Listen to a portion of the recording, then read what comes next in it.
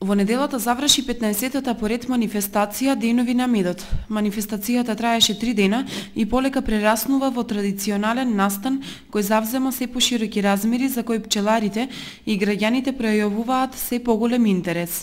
На повеќе од 20 на штандови пчеларите од регионот и соседните градови ги представија медот и своите производи во комбинација со разни билки и овошја во облици на напитоци и креми.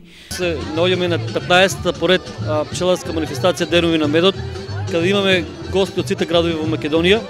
Се трудиме да бидеме добри домаќини. Манифестацијата последните 2 години трае 3 дена и сме задоволни од интересот на граѓаните и се надевам дека ќе дојдат уште во поголем број. На отварањето присуствуваше градоначалникот на општина Кочани Радко Димитровски. Во рамките на манифестацијата Денови на медот беше вклопен и културно-уметнички хепенинг во кој беа вклучени ученици од повеќе општински училишта кои своите литературни и ликовни творби на тема пчеларство ги представија пред пошироката јавност, а настап имаше и фолклорниот ансамбл Кочани од Кочани. Ова традиција која што ја отпочна нашите ентузијасти, нашите добри луѓе, заради тоа што знаете ја изреката дека пчелата екзистира само кај добриот човек, таа манифестација сакам да ја поздравам, да им посакам многу успех на сите оние кои што овдека излагаат, посебно на организаторите на оваа манифестација и да ги поканам сите наши сограѓани да ја посетат, да ги видат производите од пчелата, било да е тоа мед, било да е тоа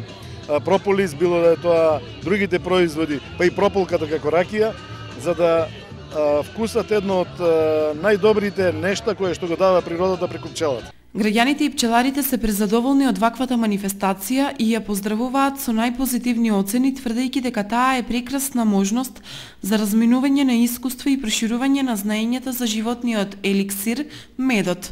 Секој пат треба да се појде со малку пчели, една пчела, две. Постепено од тие пчели ќе се зголемат, со зголемување на пчелите се научуваат пчеларските работи кои треба да се вршат во теко на годината и самата желба се раѓа и се постанува пчелар. Дали пчеларството е доходовна дејност?